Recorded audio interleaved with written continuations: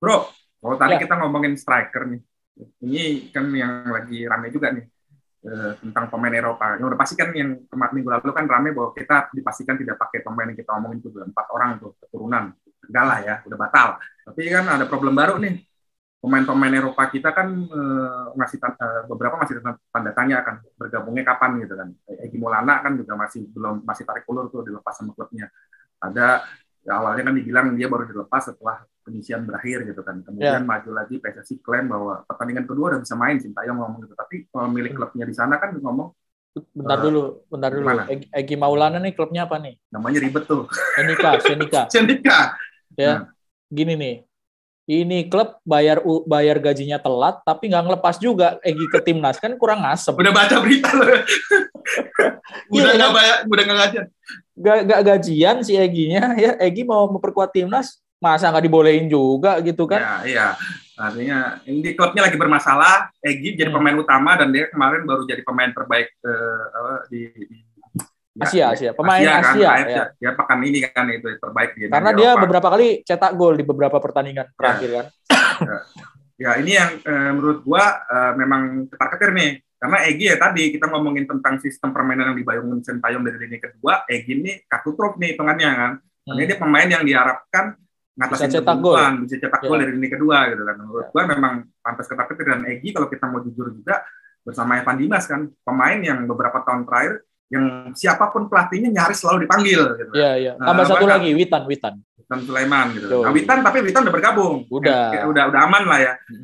Satu lagi yang ini yang diharapkan udah bisa tampil di partai pertama sih Bagot gitu kan. Kayaknya lebih mudah dibanding si Egi. Gitu kan negosiasinya dengan PSSI. Nah, kalau menurut lo dengan hanya bermodal pemain-pemain ini gitu ya, 3 pemain di Eropa gitu, 1 Korea Selatan gitu kan, si ini udah main dari udah Asnawi gitu. Cukup nggak sih kita untuk bersaing dengan paling tidak masuk semifinal gitu? Ya, kalau mereka ada bagus karena kan lebih banyak pilihan ya, lebih banyak pilihan, terus kedalaman tim kan juga jadi lebih oke gitu.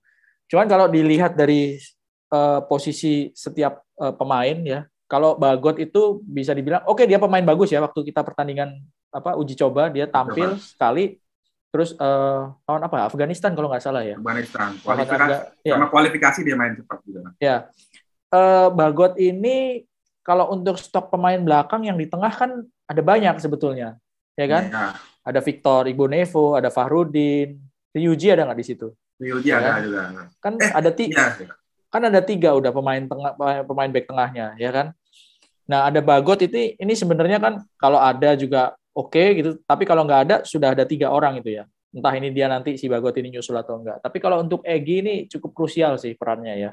Cukup krusial karena dia diharapkan dengan sistem main seperti sekarang ini, pemain-pemain di belakang striker ini kan diharapkan cetak gol seperti kata lo tadi gitu. Dan Egy sudah buktiin dari level junior tuh dia rajin cetak gol gitu ya untuk timnas. Nah, kalau misalnya nggak ada Egy ini yang agak-agak mengkhawatirkan sih sebetulnya ya, tanpa meremehkan pemain yang lain gitu ya, agak-agak mengkhawatirkan. Gue kombinasi Egy sama si Witan ya, itu menurut gue sangat tajam kan, dan mereka kan memang udah main bareng dari usia junior ya. Dari ketika Indra Safri mulai mendapat tim U17 kalau nggak salah gitu kan. Beberapa kali bicara banyak di level persaingan Asia Tenggara juga kan, di Piala AFF Junior kan, paling nggak kalau pas zamannya mereka lagi on fire gitu kan, semifinal sama final selalu di tangan kan gitu. Yang menurut gue memang pantas ketar-ketir sih, karena kalau ngelihat memang perannya Egy besar gitu kan. Walaupun kalau mau jujur juga, Egy main bagus di klub, tapi di timnas tuh belakangan di uji coba belum terlalu kelihatan, karena kalau gue lihat Sintayong kan juga tidak kaku untuk ini pemain bagus kita uji coba lawan Afghanistan gitu, main terus gitu kan, dia selalu mencoba-coba. Jadi kita tuh sebenarnya belum dapat gambaran utuh siapa sih sebenarnya siapa aja sih pemain yang masuk starting line up-nya timnas Indonesia gitu, karena Sintayong ini bukan endorse ya, karena ini kosongan nih. Jadi kalau mau endorse nih bisa ada ditulisin nih. Bisa ditulisin nih apa ya, minuman gue apa gitu, ini masih kosong nih. Kalau ini mereknya ditutup ya. Tapi udah habis bro. jadi sekali lagi kalau ada Egy lebih mantap lah tim kita. mudah-mudahan nih ya, oke kalau misalnya belum datang di pertandingan lawan Kamboja, di pertandingan kedua lawan Laos nih Egy sudah bisa datang dan sudah bisa main gitu. Karena lawan ketiganya Vietnam agak riskan juga sih kalau baru datang dari Eropa ke Singapura gitu ya, langsung main lawannya Vietnam. Vietnam kan tim tangguh ya, mudah-mudahan si Egy ini bisa hadir sebelum ketika menghadapi Laos. Lo freeze apa enggak nih? Ya enggak. Gue dengerin terpesona sama penjelasan lo. Ya. Tapi maksud gue sih gini sih, kita juga ya ini kita nih kalau menurut gue sepanjang ngikutin Piala AFF bro, emang ini yang sekuat timnas yang menurut gue yang paling bisa ditebak nih. Nah, kalau kita ngomongin dari mulai bahkan sekelas Yusmi aja kan kita udah ketahuan nih sebelum turnamen gitu kan, pasti dia akan begini. Ini kalau Sintayong ini kan berubah-ubah terus gitu. Kita ngomongin striker kan, dia coba beberapa striker gitu, kemudian ternyata yang dipanggil cuma 4 nama ini gitu kan. Bahkan Ezra Walian tadi kan baru terakhir kan dipanggil TC. Awal-awal kan nggak pernah dipanggil TC gitu kan. Sama juga pemain belakang gitu kan. Fahrudin awal-awal dia malah sama sekali tidak dimasukkan dalam timnas gitu kan. Dia pemain-pemain yang benar-benar muda, kemudian baru masuk Victor Ibu juga belakangan. Kita agak susah nebak dan menurut gua nih untungan sih bro. Lawan nggak mudah untuk membaca sih menurut gua. Iya, betul. Memang kalau menurut gua Sintayong ini karena keadaan akhirnya jadi manggil banyak pemain. Karena keadaan apa? COVID, karena keadaan pandemi kan sempat dia udah dikontrak nih sama PSSI, tapi kompetisi belum jalan. Terus dia mau ngelihat di mana pemain ya kan?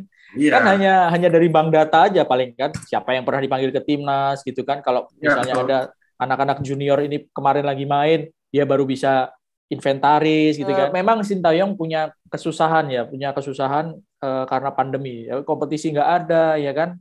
Sementara dia harus siapin tim gitu. Jadi akhirnya banyak yang dipanggil. Akhirnya pemain pilihannya memang wah kok banyak muka-muka baru gitu kan ya. Ini muka baru direncanakan atau musibah sebenarnya. Gue terus terang masih berpikir begitu. Gue berpikir begitu loh. Bisa jadi keuntungan karena kan lawan-lawannya kan juga wah ini siapa nih? Wah itu anak junior nih, anak yang masih baru nih gitu kan. Kayak Ricky Kambuaya coba. Siapa yang akan ngira Ricky Kambuaya tahun lalu siapa dia gitu kan? Nggak ada yang tahu siapa dia gitu kan. Iya. Betul. Jadi pemain-pemain lawan juga pelatih tim lawan juga kan pasti akan bertanya-tanya gitu. Bukan Evan Dimas lagi gitu andalannya. Bukan hanya Evan Dimas maksud gue. Tapi ada Ricky Kambuaya, ada Witan. Kalau Witan sama Egy udah oke lah ya, udah ketahuan gitu dari. Tapi gue menarik gini nih bro. Gue ada sempat diskusi sama salah satu pembina tim junior lah. Pembina apa nih? Persija Buda.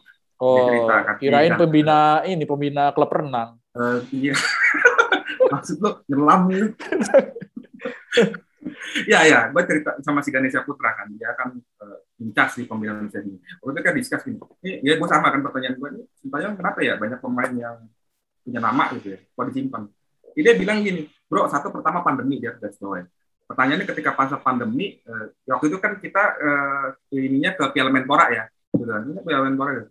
Dia bilang gini, ya itu kan di kepala lo ya, seperti itu bahwa ini pemain A nih pantas untuk ini. Tapi kan mungkin dari sisi teknis, jangan-jangan malah kacamatanya berbeda gitu kan. Dan ya menurut dia gitu kan, itu mungkin sekarang skuad yang di bawah Sintayong sekarang atau pemain yang diberdayakan selama setahun terakhir ini, itu mungkin adalah pemain-pemain yang memang terbaik dalam situasi sulit sekarang. Gitu loh. Artinya kita ngomongin misalnya, ya tadi kan Spaso mungkin dia top score gitu macam-macam. Tapi kan itu di persaingan lokal yang ya maaf gitu kan, ketika 1 tahun nggak berkompetisi kan kelihatan lah, kita sering lihat bahwa masalah fisik masih jadi utama di Liga 1 gitu kan. Ya. Gue ngelihatnya seperti itu. Jadi, masuk akal. Jadi memang pilihan terbaik yang ada, cuma memang nggak familiar gitu kan. Buat kita yang biasa ngelihat nama-nama besar gitu kan, atau misalnya nggak sejauh-jauh deh, kita kan tahu Andik Firmansyah gitu kan. Klubnya sekarang di puncak klasemen Bayangkara. Tapi kan pertanyaannya, apakah Andik diadu sama sayap-sayap timnas yang sekarang gitu kan? Apakah Andik dalam level permainan terbaik gitu kan? Itu juga kan. Ya menurut gua sih gitu juga sih larinya, bahwa ya mungkin ini memang pemain terbaik di Indonesia aja, dan kita harus mulai terbiasa dengan nama-nama yang nggak familiar ini. Gitu loh. Siap.